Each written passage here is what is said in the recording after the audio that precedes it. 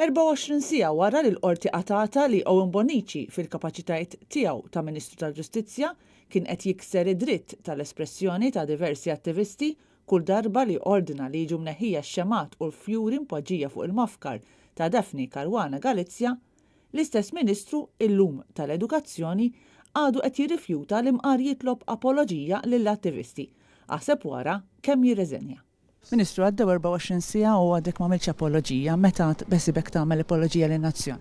Dwar xi titkellem? Dwar is-sentenza tal-bieraħ tal-qorti. Is-sentenza tal-qorti tal-bieraħ titkellem dwar deċiżjoni li jiena kont ħadd li il-monument tal-assedju l-kbir bħal monumenti l-oħra kollha fil-belt jitnaddaf b'mod regolari. Il-Gvern għamel il-pronunzjamenti tiegħu, jien għamilt il-pronunzjamenti tiegħu m'għandix inżid fuq dawk il-pronunzjamenti. Fis-sentenza tagħha l-qorti qalet li tort tal-imġiba ta' Owen Bonnici dan is-sit fi Triq ir-Repubblika inbidel fi strument ta' firda, xi ħaġa li l-qorti qalet li m'għandu qatt ikun.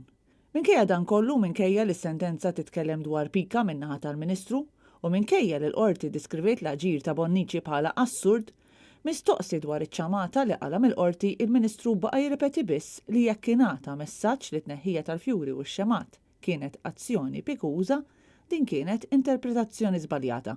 Owen Bonnici kien bagħat lil ħaddiema tat-tindif biex ineħħu u jarmu dak kollu li ta' kuljum kien jitpoġġa b'tifkira għal memorja ta' Daphne Caruana Galizia fuq il-mafkar quddiem il-qorti, azzjoni li saret għal aktar minn 20 darba.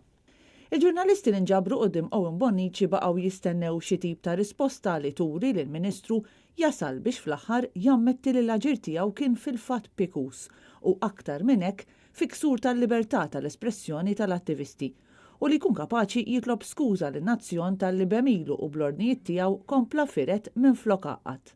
Kif saġġor ir-responsabilità ta' din is-sentenza? Diġà qed dwar dan il-punt u diġà spjegajt fil-bidu. M'għandekx apoloġija ġifieri għan-nazzjon. Sammetti forsi li kont żbaljat forsi fuq dan il-punt.